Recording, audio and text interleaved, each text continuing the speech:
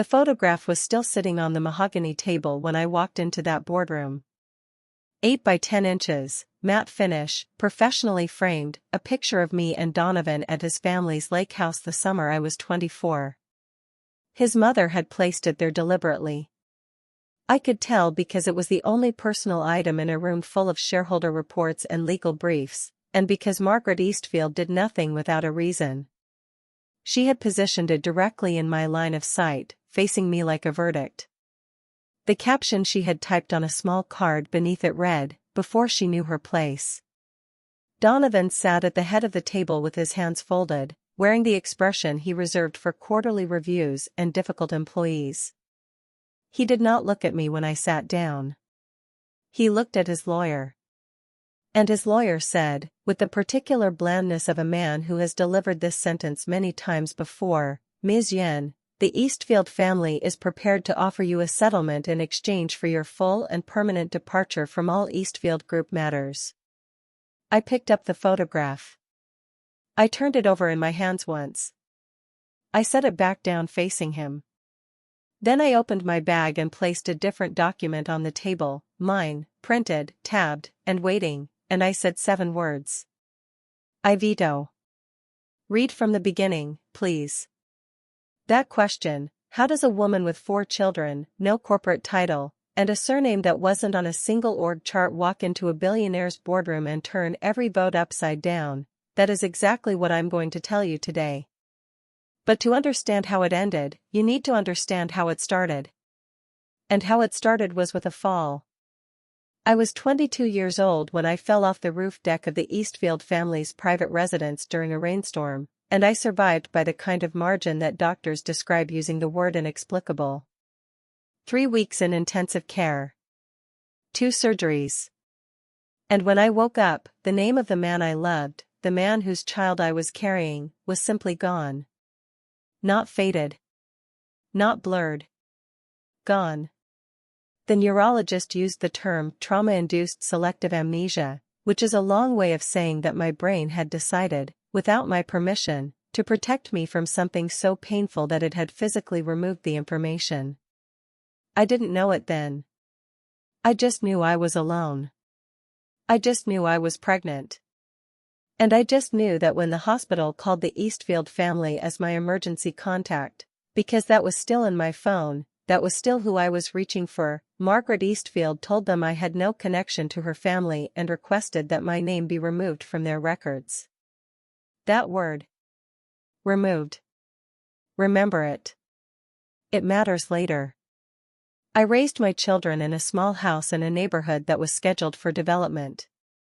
4 of them, Jeanzai, Musi, Mai, and Shu, born in a single extraordinary delivery that left the medical staff standing in the hallway whispering. There was supposed to be a 5th. Tunu. She disappeared from the NICU on the 3rd night, and I spent 6 years believing she was simply gone from this world, because the hospital told me there had been a complication and offered me paperwork I was too devastated and too medicated to read carefully. I didn't know yet what that paperwork actually said. I wish I could tell you that was the worst part. What I had instead of answers was those 4 children, and a house that a corporation called Eastfield Development had been trying to acquire for 3 years. Our neighborhood sat on land that was worth, according to their internal filings I would eventually obtain, approximately $340 million in projected commercial real estate value. The holdouts were the families who wouldn't sell. I was the last one. Not because I was stubborn, though I was. But because that house was the last place I had lived before the fall. It was the last address my body knew before my memory was taken from me. If there was a way back to who I had been, it ran through that front door. So I stayed. And every few months, an Eastfield Group representative would arrive to tell me to leave, and every few months I would decline. They sent letters. I filed responses. They sent contractors with machinery. My children, who had inherited from some unknown source a ferocity I could not fully explain and could not bring myself to suppress, sent them home without their equipment. Nobody called it warfare. They called it property management. And that's when I stopped feeling like a woman defending a house and started feeling like a woman defending a perimeter. I need to tell you about the money before I go any further, because the money is the part that puts everything in focus. In the 6 years I spent raising 4 children alone, working 2 jobs, managing a house under constant legal pressure, and fighting a multi-billion-dollar corporation through the court system on a paralegal salary, I accumulated $0 in child support from Donovan Eastfield. Not because I had never tried. I had 3 formal filings. All returned on procedural grounds that I later learned were being manufactured by an attorney on the Eastfield family's payroll who also happened to sit on the family court clerk's oversight board. Beyond that, when I was employed briefly by Eastfield Development's Eastern Operations Division, a job I had taken in good faith before I understood the full scope of who I was working for, I was responsible for managing vendor relationships, contract renewals, and client communications worth approximately $4.7 million in annual account value. I was paid $52,000 a year. The woman they hired to replace me after I was let go, the woman who was given a title and an office I had never received, was paid $187,000. She lasted 4 months before the accounts I had been managing quietly walked out the door behind me. Nobody called that a discrepancy. They called it restructuring. The total figure, when I finally sat down and built the spreadsheet, 6 years of unpaid or underpaid labor, 3 rounds of legal fees paid out of pocket to fight filings Eastfield manufactured, child support withheld through deliberate obstruction, and the suppressed market value of my house held artificially below the standard buyout offer given to every other family in the development zone, came to $1,847,300. I sat with that number for a long time. Then I started a new spreadsheet. People think revenge begins with anger. Mine began with a spreadsheet. Let me tell you about the specific invisible work I was doing during those 6 years, because the people who depend on your invisible labor are very skilled at making it disappear from the conversation the moment you stop doing it. I maintained 3 active legal filings simultaneously while working 44 hours a week. I negotiated directly with Eastfield Development's field managers twice, once preventing a demolition crew from beginning work by calling the city planning office at 7:14 in the morning and citing an obscure environmental protection statute I had found at 2 a.m., a filing that would have cost Eastfield approximately $2.3 million in fines if they had proceeded.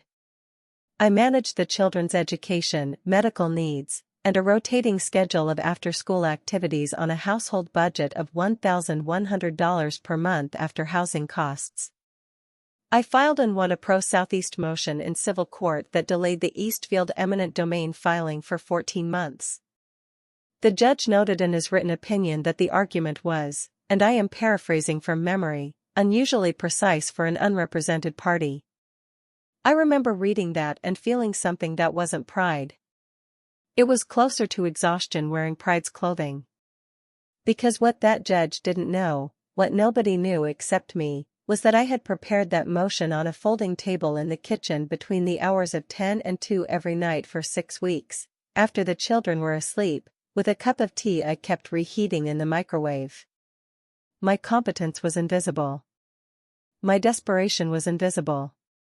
The one time I was recognized, an Eastfield field manager named Reeves called me personally to say that my counterfiling had, in his words, genuinely impressed him and made his week considerably harder. He said it quietly, in a parking lot, away from his colleagues. The next week he was on the record calling me an obstinate squatter in a deposition. That is the one I recognized. The private acknowledgement wrapped in the public humiliation. That was the moment I understood the full architecture of what I was dealing with.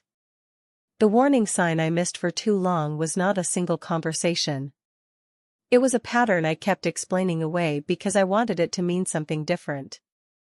Donovan's fiancée, a woman named Celeste Wren whose family had social ties to the Eastfields going back 2 generations, had made it her particular hobby to remind anyone within earshot that I was, in her exact phrasing, a woman from nowhere who got lucky once and now can't let go. She said it at a charity event I attended for professional reasons. She said it to my face with a smile that suggested she considered it a generous assessment. The man beside her laughed. Donovan's cousin Marcus laughed. The three of them looked at me with the comfortable pity of people who have never had to fight for anything and find people who do mildly embarrassing. I drove home that night and I sat in my car outside my house for 11 minutes. I did not go inside. I just sat. And in those 11 minutes something reorganized inside me. Not anger. Clarity. The kind of clarity that feels like cold water in your chest. The kind that doesn't go away. I went inside, I opened my laptop, and I started building the document that would, 14 months later, land on a mahogany table in front of a man who had not yet learned what he had lost. They thought my silence meant surrender. Every single night, I was counting. The documentation phase lasted 4 months. I want to describe it carefully because this part matters, not just for my story but for the principle of it, the architecture of it, the way building evidence is its own form of self-respect. I tracked every legal filing, cross-referenced against the Eastfield family's disclosed political contributions and the names of the judges and clerks who had ruled against my motions. I pulled Eastfield Development's public financial disclosures and compared the acquisition prices they paid other holdout families in the development zone against the offer made to me, a gap of $218,000 on equivalent square footage. I pulled employment records through a Freedom of Information request and documented the salary differential between my role and my replacement. I compiled the child support obstruction evidence, 3 filings, 3 returns, all processed by the same clerk, all citing the same procedural irregularity that did not appear in any other filing that clerk had processed in a 2-year period. I found the 5th discharge document from the NICU. The one that I had signed while sedated. The one that showed Tunu had not died. The one that showed she had been transferred to the care of a private party. I found that document at 1:17 in the morning on a Tuesday in February, and I sat very still for a long time. When I got up I made tea and I stood at the kitchen window and I watched the street outside and I thought, I have been waiting for permission to be angry. I no longer need it. The packet I printed was 43 pages. Tabbed into 7 sections. The cover page had no title. Just the Eastfield Group logo, which I had used in the header of the formal corporate correspondence section, and below it a single line, for the record. It looked calm. It was the calmest thing I had ever made. Stay with me. Because this is where it gets good. Let me take you back to that boardroom now. You know what I knew. You understand the full weight of what I was carrying when I walked through those doors. The photograph was already on the table when I arrived, Margaret's opening move, designed to remind me of who I had been before I understood the game. Donovan in his chair. His lawyer. 2 members of the Eastfield Group board. And Celeste Wren, seated slightly to the side, performing the particular boredom of a woman who has already decided the outcome. Margaret herself stood near the window, which was her preference. She liked having light behind her, liked making people look up toward her. She was 63 years old, with the posture of a woman who had never once been told no and the voice of someone who had learned to wrap commands in warmth the way you wrap medication in food for a resistant animal. "We're so glad you could come, Melissa," she said. "We've prepared something very straightforward." I set my bag on the table. I did not sit down yet. I looked at each of them once, in sequence, the way you check exits in a building you don't trust. Then I sat. I placed my 43-page packet on the table without a word. The lawyer looked at it. Looked at me. I said nothing. Donovan's hand moved toward it. I said, "Start from the beginning, please." He opened the cover page. Then the first tab. The salary differential section. I watched his jaw change. Not much. Just enough. He turned to the second tab, the child support obstruction documentation. The clerk's name appeared 11 times in that section. His lawyer leaned over, scanned the page, and very quietly set down his pen. That was the moment I knew the room had shifted. That was their first mistake. They made 3 more. Margaret tried first. She used the voice she saved for pastors and bankers, low, measured, slightly sorrowful, the voice that said, "I am disappointed but I am reasonable. Melissa, I understand you've been through a great deal. This doesn't have to be adversarial." I said, "Page 17, please." She stopped. Donovan turned to page 17. That was the NIC transfer document. I watched him read it. I watched the color leave his face the way water leaves a glass that has been tilted past its balance point. Slowly, then all at once. "Where did you get this?" It was not a question. His voice had gone flat. "Page 17, I said again." Celeste made a sound, half word, half breath, and Marcus, who had materialized in a chair near the door at some point during the reading, said something under his breath that I did not catch and did not need to. Donovan's lawyer said, in the specific monotone of a professional beginning to calculate personal liability, "Mr. Eastfield, I'd advise a recess." Donovan said, "Did you know?" He was looking at his mother. Margaret Eastfield did not answer immediately, and that pause was its own document. It told me everything I had suspected but could not prove about the architecture of this family. Families like this one stay stable the way old buildings stay standing, by transferring the structural load onto whoever is least positioned to refuse it. Remove that person and the whole thing begins to lean. I stood up. I had one sentence prepared for this moment, not a threat, not a condemnation, just a clean, accurate statement of fact. I said, "The founder's veto transfer is already filed with the registrar. The board meeting is on Thursday." And I walked out. I left the photograph on the table, facing him. The machine started failing the way expensive things always do. Quietly, then all at once. The first crack came on a Monday, 3 days after the boardroom meeting. I was not the one who created it. I simply stopped preventing it. The Eastfield Group's Eastern Region vendor management system, the one I had built from scratch and maintained for 2 years and trained no one else to use because I had never been given anyone else to train, was running on a software license that renewed automatically to the email address of its primary administrator. My old email address. The one that had been deactivated when I was let go. The license lapsed at 11:59 p.m. on that Monday.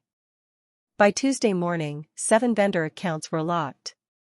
By Tuesday afternoon, the logistics coordinator for the Eastern region, a man named Phil who had once told me to my face that I was a little intense for an admin, was calling the software company's support line and discovering that the account could only be unlocked by the original administrator. He called my old work number. It was disconnected. He called the number he had for me personally, the one he'd used once to ask me to cover a filing that was, technically, not my job. I did not answer. I let it go to voicemail. His message was, "Hey, it's Phil over at Eastfield, you probably remember me, just trying to sort something out over here, no big deal, give me a call when you get a chance." That word. No big deal. Remember it. On Wednesday, the payroll autopay for the development team bounced. Not because I had touched it, I hadn't, but because the banking authorization for the account had been filed under a password manager that had been tied to my corporate login credentials, and those had been terminated in the post-boardroom security sweep Donovan's team conducted on Tuesday afternoon. I found out about this because Phil called again. This time his message was longer. He used my name 3 times. His voice had acquired a quality it had not had on Monday.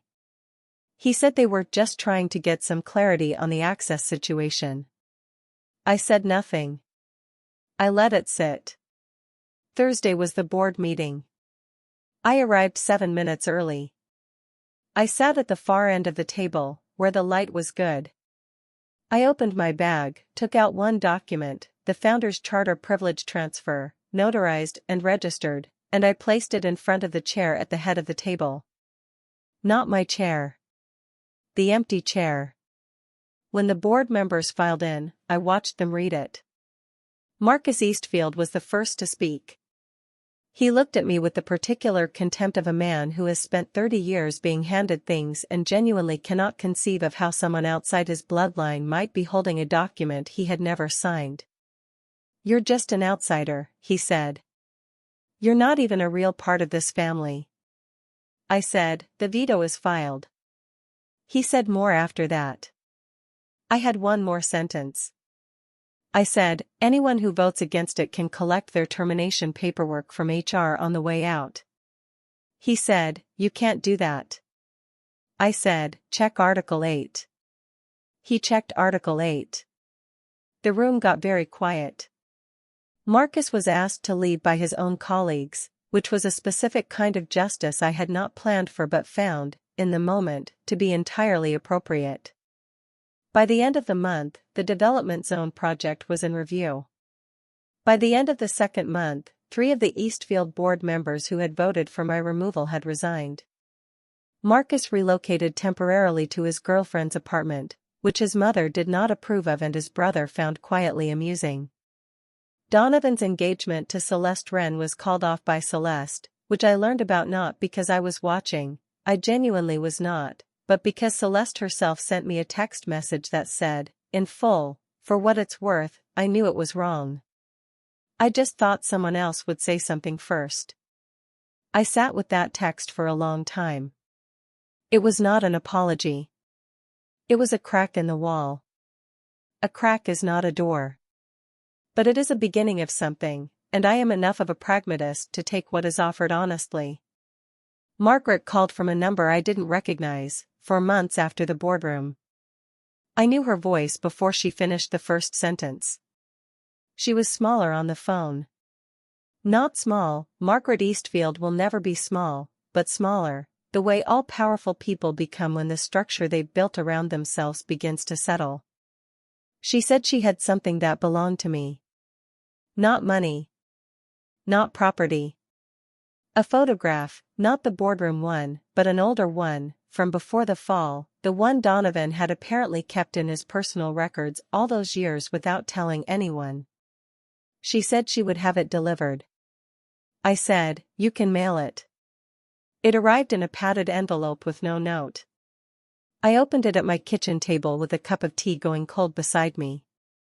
It was a photograph of me at 22, standing in a garden I didn't recognize, holding a small plant, laughing at something outside the frame. I looked at my own face for a long time. I looked like someone who didn't know yet. Someone who was still in the part of the story before the falling. I laughed. Then I sat quietly for a while. Then I got up and found a frame for it, a plain one, wooden, nothing special, and I put it on the shelf next to a drawing Musi had made of our house. I don't think of it as a relic of loss.